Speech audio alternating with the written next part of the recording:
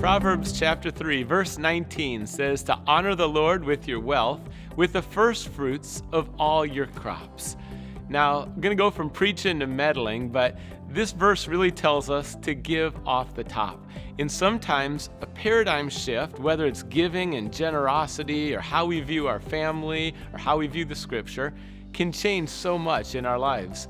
So here's the approach to giving that a lot of people do. All right, receive a paycheck.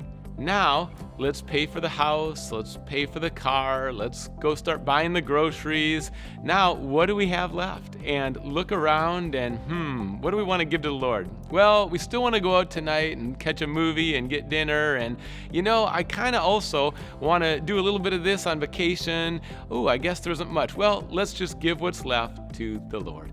That's one way to approach giving. The other way is off the top. With the first fruits, it means that when you receive the paycheck, you set aside that amount and right away you give it to the Lord. Then it's not a big discussion or debate. So the first fruits really mean off the top. And by the way, when you read the word tithe always means tenth. So a tithe is a tenth. Of course, in the Old Testament, they gave far more than that, but that's what the word means. So just a setting aside a first fruit or a tithe, they would take the 10% off the top, and that's devoted for the Lord. Now, the average giver is, about 3%. And so could you imagine just across the nation or across the world if generosity was 3 times more? All the churches that could reach their community, that could pay off their mortgage, that could bring on the staff they needed.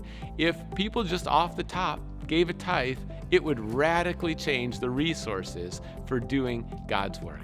It's something to think about. What's your paradigm when it comes to giving? Go back to Proverbs chapter 3, verse 9, and spend some time with the Lord and settle that one in your heart.